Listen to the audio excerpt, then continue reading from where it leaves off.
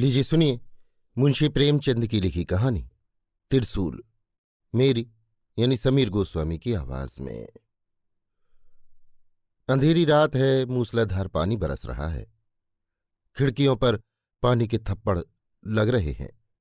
कमरे की रोशनी खिड़की से बाहर जाती है तो पानी की बड़ी बड़ी बूंदें तीरों की तरह नोकदार, लंबी, मोटी गिरती हुई नजर आ जाती हैं। इस वक्त अगर घर में आग भी लग जाए तो शायद मैं बाहर निकलने की हिम्मत न करूं। लेकिन एक दिन था जब ऐसी ही अंधेरी भयानक रात के वक्त मैं मैदान में बंदूक लिए पहरा दे रहा था। उसे आज 30 साल गुजर गए। उन दिनों मैं फौज में नौकर था। आह, वो फौजी जिंदगी कितने मजे से गुजरती थी। मेरी जिंदगी की सबसे मीठी, सबसे सुहानी यादगारें उसी जमाने से जुड़ी हुई हैं। आज मुझे इस अंधेरी कोठरी में अखबारों के लिए लेख लिखते देखकर कौन समझेगा कि इस नीम जान, झुकी हुई कमर वाले खस्ता हाल आदमी में भी कभी हौसला और हिम्मत और जोश का दरिया लहरें मारता था। क्या क्या दोस्त थे जिनके चेहरों पर हमेशा मुस्कुराहट नाचती रहती थी। शेरदिल राम सिंह और मीठे गले वाले देवीदास की याद क्या कभी दिल से मिट सकती है? वो अदन, वो बसरा, वो मिश्र, सब आज मेरे लिए सपने हैं। यथार्थ है तो ये तंग कमरा और अखबार का दफ्तर। हाँ, ऐसी ही अंधेरी, डरावनी, सुनसान रात थी। मैं बारक के सामने बरसाती पहने हुए खड़ा मैगजीन का पहरा दे रहा था। कंधे पर भरा हुआ राइफल था। बारक में से 2-4 सिपाहियों के गाने की आवाजें आ रही थीं। रह रहकर जब बिजली चमक जाती थी तो सामने के ऊंचे पहाड़ और दरख्त और नीचे का हरा भरा मैदान इस तरह नजर आ जाते थे जैसे किसी बच्चे की बड़ी बड़ी काली भोली पुतलियों में खुशी की झलक नजर आ जाती है। धीरे धीरे बारिश ने तूफानी सूरत अख्तियार की। अंधकार और भी अंधेरा, बादल की गरज और भी डरावनी और बिजली की चमक और भी तेज हो गई। मालूम होता था प्रकृति अपनी सारी शक्ति से जमीन को तबाह कर देगी। यकायक मुझे ऐसा मालूम हुआ कि मेरे सामने से किसी चीज की परछाई सी निकल गई। पहले तो मुझे ख्याल हुआ कि कोई जंगली जानवर होगा, लेकिन बिजली की एक चमक ने यह ख्याल दूर कर दिया। वो कोई आदमी था जो बदन को चुराए पानी में भीगता हुआ एक तरफ जा रहा था। मुझे हैरत हुई कि इस मूसलाधार वर्षा में कौन आदमी बारक से निकल सकता है और क्यों। मुझे अब उसके आदमी होने में कोई संदेह न था। मैंने बंदूक संभाल ली और फौजी कायदे के मुताबिक पुकारा, हाल्ट, हुकम्स दिया। फिर भी कोई जवाब नहीं। कायदे के मुताबिक तीसरी बार ललकारने पर अगर जवाब ना मिले तो मुझे बंदूक दाग देनी चाहिए थी। इसलिए मैंने बंदूक हाथ में लेकर खूब जोर से कड़क कर कहा, हाल्ट, हुकम्स देयर। जवाब तो अब की भी न मिला, मगर वो परछाई मेरे सामने आकर खड़ी हो गई। अब मुझे मालूम हुआ कि वो मर्द नहीं, औरत है। इसके पहले कि मैं कोई सवाल करूं, उसने कहा, संतरी, खुदा के लिए चुप रहो, मैं हूं लुईसा। मेरी हैरत की कोई हद न रही। अब मैंने उसे पहचान लिया। वो हमारे कमांडिंग अफसर की बेटी लुईसा ही थी। मगर इस वक्त, इस मूसलाधार मेह और इस घटाटोप अंधेरे में ये कहाँ जा रही है? बारक में 1000 जवान मौजूद थे जो उसका हुक्म पूरा कर सकते थे। फिर वो नाजुक बदन औरत इस वक्त क्यों निकली और कहाँ के लिए निकली? मैंने आदेश के स्वर में पूछा, तुम इस वक्त कहाँ जा रही हो? लुईसा ने विनती के स्वर में कहा, माफ करो संतरी, ये मैं नहीं बता सकती और तुमसे प्रार्थना करती हूं कि ये बात किसी से न कहना। मैं हमेशा तुम्हारी एहसानमंद रहूंगी। ये कहते कहते उसकी आवाज इस तरह कांपने लगी जैसे किसी पानी से भरे हुए बर्तन की आवाज। मैंने उसी सिपाहियाना अंदाज से कहा, यह कैसे हो सकता है? मैं फौज का एक अदना सिपाही हूं, मुझे इतना अख्तियार नहीं। मैं कायदे के मुताबिक आपको अपने सार्जेंट के सामने ले जाने के लिए मजबूर हूं। लेकिन क्या तुम नहीं जानते कि मैं तुम्हारे कमांडिंग अफसर की लड़की हूं? मैंने जरा हंसकर जवाब दिया, अगर मैं इस वक्त कमांडिंग अफसर साहब को भी ऐसी हालत में देखूं तो उनके साथ भी मुझे यही सख्ती करनी पड़ेगी। कायदा सबके लिए एक सा है और एक सिपाही को किसी हालत में उसे तोड़ने का अख्तियार नहीं है। ये निर्दय उत्तर पाकर उसने करुण स्वर में पूछा, तो फिर क्या तदबीर है? मुझे उस पर रहम तो आ रहा था, लेकिन कायदों की जंजीरों से जकड़ा हुआ था। मुझे नतीजे का जरा भी डर न था। कोर्ट मार्शल या तनज्जुली या और कोई सजा मेरे ध्यान में न थी। मेरा अंतःकरण भी साफ था, लेकिन कायदे को कैसे तोड़ूं? इसी हैस बैस में खड़ा था कि लुईसा ने एक कदम बढ़कर मेरा हाथ पकड़ लिया और निहायत पुरदर्द बेचैनी के लहजे में बोली, तो फिर मैं क्या करूं? ऐसा मालूम हो रहा था कि जैसे उसका दिल पिघला जा रहा हो। मैं महसूस कर रहा था कि उसका हाथ कांप रहा है। एक बार जी में आया, जाने दूं। प्रेमी के संदेश या अपने वचन की रक्षा के सिवा और कौन सी शक्ति इस हालत में उसे घर से निकलने पर मजबूर करती? फिर मैं क्यों किसी की मोहब्बत की राह का कांटा बनूं? लेकिन कायदे ने फिर जुबान पकड़ ली। मैंने अपना हाथ छुड़ाने की कोशिश न करके मुंह फेर कर कहा, और कोई तदबीर नहीं है। मेरा जवाब सुनकर उसकी पकड़ ढीली पड़ गई कि जैसे शरीर में जान न हो, पर उसने अपना हाथ हटाया नहीं। मेरे हाथ को पकड़े हुए गिड़गिड़ा कर बोली, संतरी, मुझ पर रहम करो, खुदा के लिए मुझ पर रहम करो। मेरी इज्जत खाक में मत मिलाओ, मैं बड़ी बदनसीब हूं। मेरे हाथ पर आंसुओं के कई गर्म कतरे टपक पड़े। मूसलाधार बारिश का मुझ पर जरा भी असर न हुआ था, लेकिन इन चंद बूंदों ने मुझे सर से पांव तक हिला दिया। मैं बड़े पसोपेश में पड़ गया। एक तरफ कायदा और फर्ज की आहनी दीवार थी, दूसरी तरफ एक सुकुमार युवती का विनती भरा आग्रह। मैं जानता था अगर उसे सार्जेंट के सुपुर्द कर दूंगा तो सवेरा होते ही सारी बटालियन में खबर फैल जाएगी। कोर्ट मार्शल होगा। कमांडिंग अफसर की लड़की पर भी फौज का लौह कानून कोई रियायत न कर सकेगा। उसके बेरहम हाथ उस पर भी बेदर्दी से उठेंगे, खासकर लड़ाई के जमाने में। और अगर इसे छोड़ दूं तो इतनी ही बेदर्दी से कानून मेरे साथ पेश आएगा। जिंदगी खाक में मिल जाएगी। कौन जाने कल जिंदा भी रहूं या नहीं। कम से कम तनज्जुली तो होगी ही। भेद छिपा भी रहे तो क्या मेरी अंतरात्मा मुझे सदा न धिक्कारेगी? क्या मैं फिर किसी के सामने इसी दिलेर ढंग से ताक सकूंगा? क्या मेरे दिल में हमेशा एक चोर सा समाया रहेगा? लुईसा बोल उठी, संतरी। विनती का एक शब्द भी उसके मुंह से न निकला। वो अब निराशा की उस सीमा पर पहुंच चुकी थी जब आदमी की वाक शक्ति अकेले शब्दों तक सीमित हो जाती है। मैंने सहानुभूति के स्वर में कहा, बड़ा मुश्किल मामला है। संतरी, मेरी इज्जत बचा लो। मेरे सामर्थ्य में जो कुछ है वो तुम्हारे लिए करने को तैयार हूं। मैंने स्वाभिमानपूर्वक कहा, मिस लुईसा, मुझे लालच न दीजिए। मैं लालची नहीं हूं। मैं सिर्फ इसलिए मजबूर हूं कि एक फौजी कानून को तोड़ना एक सिपाही के लिए दुनिया में सबसे बड़ा जुर्म है। क्या एक लड़की के सम्मान की रक्षा करना नैतिक कानून नहीं है? क्या फौजी कानून नैतिक कानून से भी बड़ा है? लुईसा ने जरा जोश में भरकर कहा। इस सवाल का मेरे पास क्या जवाब था? मुझसे कोई जवाब न बन पड़ा। फौजी कानून अस्थायी परिवर्तनशील होता है, परिवेश के अधीन होता है। नैतिक कानून अटल और सनातन होता है, परिवेश से ऊपर। मैंने कायल होकर कहा, जाओ मिस लुईसा, तुम अब आजाद हो। तुमने मुझे लाजवाब कर दिया। मैं फौजी कानून तोड़कर इस नैतिक कर्तव्य को पूरा करूंगा, मगर तुमसे केवल यही प्रार्थना है कि आगे फिर कभी किसी सिपाही को नैतिक कर्तव्य का उपदेश न देना, क्योंकि फौजी कानून में वो भी जुर्म है। फौजी आदमी के लिए दुनिया में सबसे बड़ा कानून फौजी कानून है।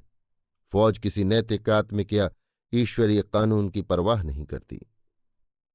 लुईसा ने फिर मेरा हाथ पकड़ लिया और एहसान में डूबे हुए लहजे में बोली, संतरी, भगवान तुम्हें इसका फल दे। मगर फौरन उसे संदेह हुआ कि शायद ये सिपाही आइंदा किसी मौके पर ये भेद न खोल दे, इसलिए अपने और भी इत्मीनान के ख्याल से उसने कहा, मेरी आबरू अब तुम्हारे हाथ है। मैंने विश्वास दिलाने वाले ढंग से कहा, मेरी ओर से आप बिल्कुल इत्मीनान रखिए। कभी किसी से नहीं कहोगे ना? कभी नहीं। कभी नहीं। हाँ, जीते जी कभी नहीं। अब मुझे इत्मीनान हो गया संतरी। लुईसा तुम्हारी इस नेकी और एहसान को मौत की गोद में जाते वक्त भी न भूलेगी। तुम जहां रहोगे, तुम्हारी ये बहन तुम्हारे लिए भगवान से प्रार्थना करती रहेगी। जिस वक्त तुम्हें कभी जरूरत हो, मेरी याद करना। लुईसा दुनिया के उस पर्दे पर होगी, तब भी तुम्हारी खिदमत के लिए हाजिर होगी। वो आज से तुम्हें अपना भाई समझती है। सिपाही की जिंदगी में ऐसे मौके आते हैं जब उसे एक खिदमत करने वाली बहन की जरूरत होती है। भगवान ना करे तुम्हारी जिंदगी में ऐसे मौके आए, लेकिन अगर आए तो लुईसा अपना फर्ज अदा करने में कभी पीछे न रहेगी। क्या मैं अपने नेक मिजाज भाई का नाम पूछ सकती हूँ? बिजली एक बार चमक उठी। मैंने देखा लुईसा की आंखों में आंसू भरे हुए हैं। बोला, लुईसा, इन हौसला बढ़ाने वाली बातों के लिए मैं तुम्हारा हृदय से कृतज्ञ हूं, लेकिन मैं जो कुछ कर रहा हूं वो नैतिकता और हमदर्दी के नाते कर रहा हूं। किसी इनाम की मुझे इच्छा नहीं है। मेरा नाम पूछ कर क्या करोगी? लुईसा ने शिकायत के स्वर में कहा, क्या बहन के लिए भाई का नाम पूछना भी फौजी कानून के खिलाफ है? इन शब्दों में कुछ ऐसी सच्चाई, कुछ ऐसा प्रेम, कुछ ऐसा अपनापन भरा हुआ था कि मेरी आंखों में बरबस आंसू भर आए। बोला, नहीं लुईसा, मैं सिर्फ यही चाहता हूं कि इस भाई जैसे सलूक में स्वार्थ की छाया भी न रहने पाए। मेरा नाम श्रीनाथ सिंह है।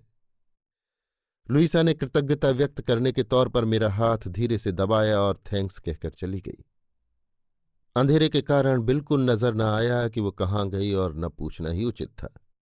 मैं वहीं खड़ा खड़ा इस अचानक मुलाकात के पहलुओं को सोचता रहा। कमांडिंग अफसर की बेटी क्या एक मामूली सिपाही को, और वो भी जो काला आदमी हो, कुत्ते से बदतर नहीं समझती?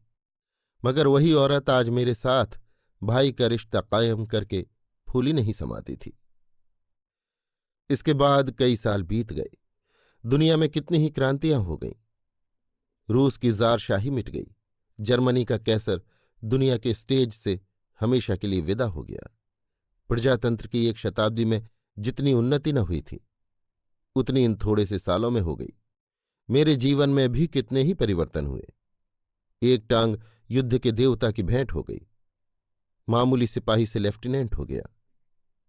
एक दिन फिर ऐसी ही चमक और गरज की रात थी। मैं क्वार्टर में बैठा हुआ कप्तान नाक्स और लेफ्टिनेंट डॉक्टर चंद्र सिंह से इसी घटना की चर्चा कर रहा था जो 10-12 साल पहले हुई थी। सिर्फ लुईसा का नाम छिपा रखा था। कप्तान नाक्स को इस चर्चा में असाधारण आनंद आ रहा था। वो बार बार एक एक बात पूछता और घटना का क्रम मिलाने के लिए दोबारा पूछता था।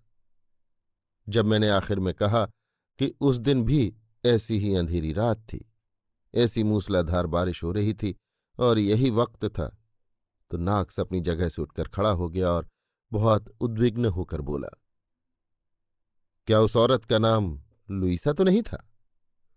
मैंने आश्चर्य से कहा, आपको उसका नाम कैसे मालूम हुआ? मैंने तो नहीं बतलाया। पर नाक्स की आंखों में आंसू भर आए। सिसकियां लेकर बोले, ये सब आपको अभी मालूम हो जाएगा। पहले ये बतलाइए कि आपका नाम श्रीनाथ सिंह है या चौधरी? मैंने कहा, मेरा पूरा नाम श्रीनाथ सिंह चौधरी है। अब लोग मुझे सिर्फ चौधरी कहते हैं, लेकिन उस वक्त चौधरी के नाम से मुझे कोई न जानता था। लोग श्रीनाथ कहते थे। कप्तान नाक्स अपनी कुर्सी खींचकर मेरे पास आ गए और बोले, तब तो आप मेरे पुराने दोस्त निकले। मुझे अब तक नाम के बदल जाने से धोखा हो रहा था, वरना आपका नाम तो मुझे खूब याद है।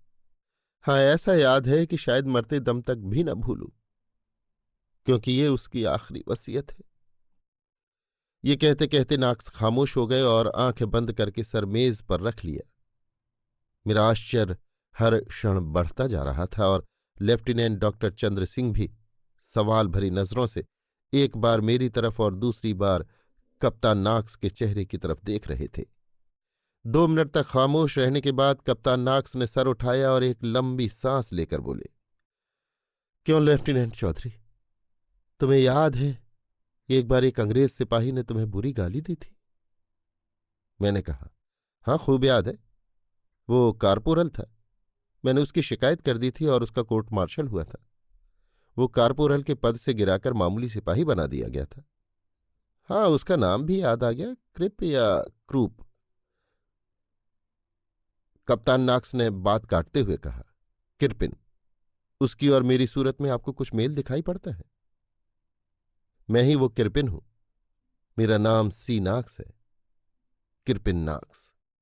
जिस तरह उन दिनों आपको लोग श्रीनाथ कहते थे, उसी तरह मुझे भी किरपिन कहा करते थे।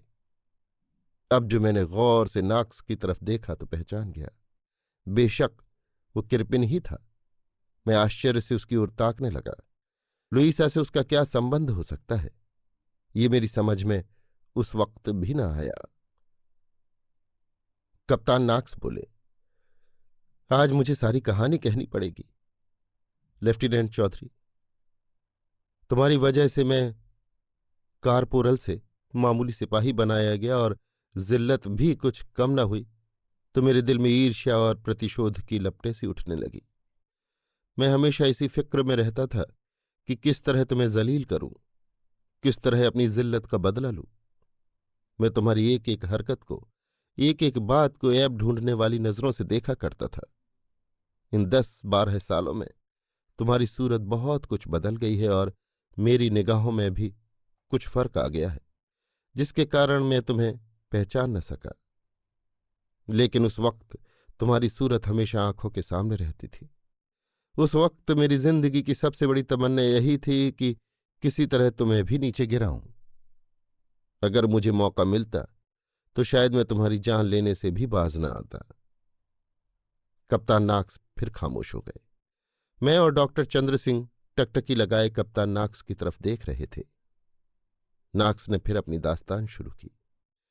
उस दिन रात को जब लुईसा तुमसे बातें कर रही थी, मैं अपने कमरे में बैठा हुआ तुम्हें दूर से देख रहा था। मुझे उस वक्त क्या मालूम था कि वो लुईसा है।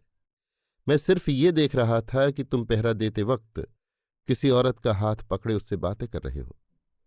उस वक्त मुझे जितनी पाजीपन से भरी हुई खुशी हुई वो बयान नहीं कर सकता। मैंने सोचा अब इसे जलील करूंगा।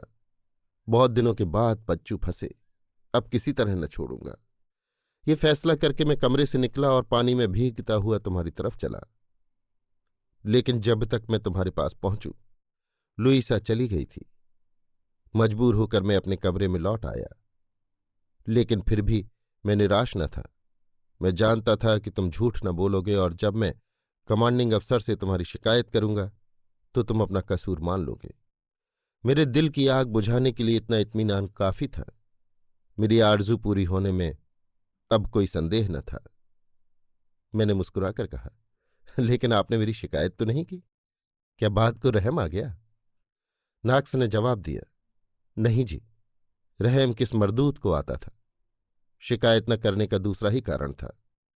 सवेरा होते ही मैंने सबसे पहला काम यही किया कि सीधे कमांडिंग अफसर के पास पहुंचा। तुम्हें याद होगा, मैं उनके बड़े बेटे रॉजर्स को घुड़सवारी सिखाया करता था, इसलिए वहां जाने में किसी किस्म की झिझक या रुकावट न हुई। जब मैं पहुंचा तो रॉजर्स और लुईसा दोनों चाय पी रहे थे। आज इतने सवेरे मुझे देखकर रॉजर्स ने कहा, आज इतनी जल्दी क्यों किरपिन? अभी तो वक्त नहीं हुआ। आज बहुत खुश नजर आ रहे हो। मैंने कुर्सी पर बैठते हुए कहा, आज का दिन मेरी जिंदगी में मुबारक है। आज मुझे अपने पुराने दुश्मन को सजा देने का मौका हाथ आया है। आपको मालूम है ना, एक राजपूत सिपाही ने कमांडिंग अफसर से शिकायत करके मेरी तनज्जुली करा दी थी। रॉजर्स ने कहा, हाँ हाँ, मालूम क्यों नहीं, मगर तुमने उसे गाली दी थी। मैंने किसी कदर झेंपते हुए कहा, मैंने गाली नहीं दी थी, सिर्फ ब्लडी कहा था। सिपाहियों में इस तरह की बदजुबानी एक आम बात है, मगर उस राजपूत ने मेरी शिकायत कर दी। आज मैं उसे एक संगीन जुर्म में पकड़ पाया हूं। खुदा ने चाहा तो कल उसका भी कोर्ट मार्शल होगा। मैंने आज रात को उसे एक औरत से बातें करते देखा है, बिल्कुल उस वक्त जब वो ड्यूटी पर था। वो बात से इनकार नहीं कर सकता, इतना कमीना नहीं है। लुईसा के चेहरे का रंग कुछ का कुछ हो गया। अजीब पागलपन से मेरी तरफ देखकर बोली, तुमने और क्या देखा? मैंने कहा, जितना मैंने देखा है उतना उस राजपूत को जलील करने के लिए काफी है। जरूर उसकी किसी से आशनाई है और वो औरत हिंदुस्तानी नहीं, कोई यूरोपियन लेडी है। मैं कसम खा सकता हूं दोनों एक दूसरे का हाथ पकड़े बिल्कुल उसी तरह बातें कर रहे थे जैसे प्रेमी प्रेमिका किया करते हैं। लुईसा के चेहरे पर हवाइयां उड़ने लगीं। चौधरी, मैं कितना कमीना हूं, इसका अंदाजा तुम खुद कर सकते हो। मैं चाहता हूं तुम मुझे कमीना कहो, मुझे धिक्कारो। मैं दरिंदे वहशी से भी ज्यादा बेरहम हूं, काले सांप से भी ज्यादा जहरीला हूं। वो खड़ी दीवार की तरफ ताक रही थी कि इसी बीच रॉजर्स का कोई दोस्त आ गया। वो उसके साथ चला गया। लुईसा मेरे साथ अकेली रह गई तो उसने मेरी ओर प्रार्थना भरी आंखों से देखकर कहा, कृपिन, तुम उस राजपूत सिपाही की शिकायत मत करना। मैंने ताज्जुब से पूछा, क्यों? लुईसा ने सर झुकाकर कहा, इसलिए कि जिस औरत को तुमने उसके साथ बातें करते देखा वो मैं ही थी। मैंने और भी चकित होकर कहा, तो क्या तुम उसे? लुईसा ने बात काटकर कहा, चुप, वो मेरा भाई है। बात यह है, मैं कल रात को एक जगह जा रही थी। तुमसे छिपाऊंगी नहीं कृपिन, जिसको मैं दिलो जान से ज्यादा चाहती हूं उससे रात को मिलने का वादा था। वो मेरे इंतजार में पहाड़ के दामन में खड़ा था। अगर मैं न जाती तो उसकी कितनी दिल शिकनी होती। मैं ज्यों ही मैगजीन के पास पहुंची, उस राजपूत सिपाही ने मुझे टोक दिया। वो मुझे फौजी कायदे के मुताबिक सार्जेंट के पास ले जाना चाहता था, लेकिन मेरे बहुत अनुनय विनय करने पर वो मेरी लाज रखने के लिए फौजी कानून तोड़ने को तैयार हो गया। सोचो, उसने अपने सिर कितनी बड़ी जिम्मेदारी ली। मैंने उसे अपना भाई कहकर पुकारा है और उसने भी मुझे बहन कहा है। सोचो, अगर तुम उसकी शिकायत करोगे तो उसकी क्या हालत होगी। वो नाम न बतलाएगा, इसका मुझे पूरा विश्वास है। अगर उसके गले पर तलवार भी रख दी जाएगी तो भी वो मेरा नाम न बतलाएगा। मैं नहीं चाहती कि एक नेक काम करने का उसे ये इनाम मिले। तुम उसकी शिकायत हरगिज मत करना, तुमसे यही मेरी प्रार्थना है। मैंने निर्दय कठोरता से कहा, उसने मेरी शिकायत करके मुझे जलील किया है। ऐसा अच्छा मौका पाकर मैं उसे छोड़ना नहीं चाहता। जब तुमको यकीन है कि वो तुम्हारा नाम न बतलाएगा तो फिर उसे जहन्नुम में जाने दो। लुईसा ने मेरी तरफ घृणापूर्वक देखकर कहा, चुप रहो कृपिन, ऐसी बातें मुझसे न करो। मैं इसे कभी गवारा न करूंगी कि मेरी इज्जत आबरू के लिए उसे जिल्लत और बदनामी का निशाना बनना पड़े। अगर तुम मेरी न मानोगे तो मैं सच कहती हूं, मैं खुदकुशी कर लूंगी। उस वक्त तो मैं सिर्फ प्रतिशोध का प्यासा था, अब मेरे ऊपर वासना का भूत सवार हुआ। मैं बहुत दिनों से दिल में लुईसा की पूजा किया करता था, लेकिन अपनी बात कहने का साहस न कर सकता था। अब उसको बस में लाने का मुझे मौका मिला। मैंने सोचा, अगर ये उस राजपूत सिपाही के लिए जान देने को तैयार है तो निश्चय ही मेरी बात पर नाराज नहीं हो सकती। मैंने उसी निर्दय स्वार्थपरता के साथ कहा, मुझे सख्त अफसोस है मगर अपने शिकार को छोड़ नहीं सकता। लुईसा ने मेरी तरफ बेकस निगाहों से देखकर कहा, यह तुम्हारा आखिरी फैसला है? मैंने निर्दयी निर्लज्जता से कहा, नहीं लुईसा, यह आखिरी फैसला नहीं है। तुम चाहो तो उसे तोड़ सकती हो, ये बिल्कुल तुम्हारे इम्कान में है। मैं तुमसे कितनी मोहब्बत करता हूं ये आज तक शायद तुम्हें मालूम न हो, मगर इन 3 सालों में तुम एक पल के लिए भी मेरे दिल से दूर नहीं हुई। अगर तुम मेरी तरफ से अपने दिल को नर्म कर लो, मेरी मोहब्बत की कद्र करो, तो मैं सब कुछ करने को तैयार हूं। मैं आज तक मामूली सिपाही हूं और मेरे मुंह से मोहब्बत का निमंत्रण पाकर शायद तुम दिल में हंसती होगी, लेकिन एक दिन मैं भी कप्तान हो जाऊंगा और तब शायद हमारे बीच इतनी बड़ी खाई न रहेगी। लुईसा ने रोकर कहा, कृपिन, तुम बड़े बेरहम हो। मैं तुमको इतना जालिम न समझती थी। खुदा ने क्यों तुम्हें इतना संग दिल बनाया? क्या तुम्हें एक बेकस औरत पर जरा भी रहम नहीं आता? मैं उसकी बेचारगी पर दिल में खुश होकर बोला, जो खुद संगदिल हो उसे दूसरों की संगदिली की शिकायत करने का क्या हक है? लुईसा ने गंभीर स्वर में कहा, मैं बेरहम नहीं हूं कृपिन, खुदा के लिए इंसाफ करो। मेरा दिल दूसरे का हो चुका, मैं उसके बगैर जिंदा नहीं रह सकती और शायद वो भी मेरे बगैर जिंदा न रहे। मैं अपनी बात रखने के लिए, अपने ऊपर नेकी करने वाले एक आदमी की आबरू बचाने के लिए अपने ऊपर जबरदस्ती करके अगर तुमसे शादी कर भी लूं तो नतीजा क्या होगा? जोर जबरदस्ती से मोहब्बत नहीं पैदा होती। मैं कभी तुमसे मोहब्बत ना करूंगी। दोस्तों, अपनी बेशर्मी और बेहयाई का पर्दाफाश करते हुए मेरे दिल को बड़ी सख्त तकलीफ हो रही है। मुझे उस वक्त वासना ने इतना अंधा बना दिया था कि मेरे कानों पर जूं तक न रेंगी। बोला, ऐसा मत ख्याल करो लुईसा, मोहब्बत अपना असर जरूर पैदा करती है। तुम इस वक्त मुझे न चाहो, लेकिन बहुत दिन न गुजरने पाएंगे कि मेरी मोहब्बत रंग लाएगी। तुम मुझे स्वार्थी और कमीना समझ रही होगी। समझो, प्रेम स्वार्थी होता ही है, शायद वो कमीना भी होता है, लेकिन मुझे विश्वास है कि ये नफरत और बेरुखी बहुत दिनों तक न रहेगी। मैं अपने जानी दुश्मन को छोड़ने के लिए ज्यादा से ज्यादा कीमत लूंगा जो मिल सके।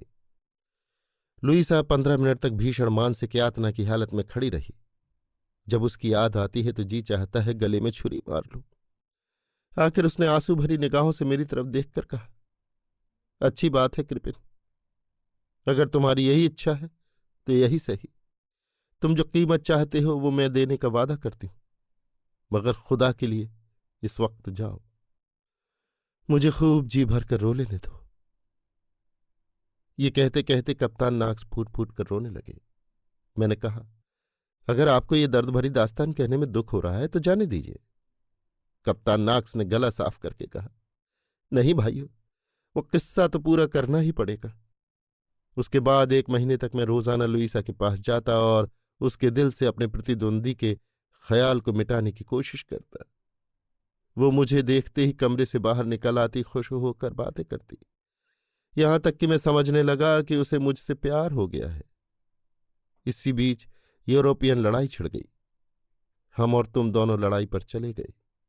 तुम फ्रांस गए, मैं कमांडिंग अफसर के साथ मिस्र गया। लुईसा अपने चचा के साथ यहीं रह गई। रॉजर्स भी उसके साथ रह गया।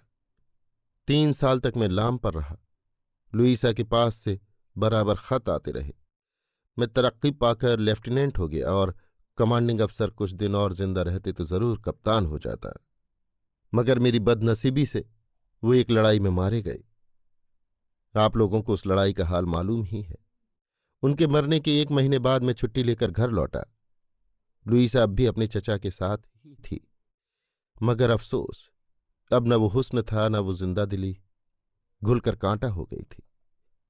उस वक्त मुझे उसकी हालत देखकर रंज हुआ। मुझे अब मालूम हो गया कि उसकी मोहब्बत कितनी सच्ची और कितनी गहरी थी। मुझसे शादी का वादा करके भी वो अपनी भावनाओं पर विजय न पा सकी थी। शायद इसी गम में कुढ़ कुढ़ कर उसकी ये हालत हो गई थी। एक दिन मैंने उससे कहा, लुईसा, मुझे ऐसा ख्याल होता है कि शायद तुम अपने पुराने प्रेमी को भूल नहीं सकी। अगर मेरा ये ख्याल ठीक है तो मैं उस वादे से तुमको मुक्त करता हूं।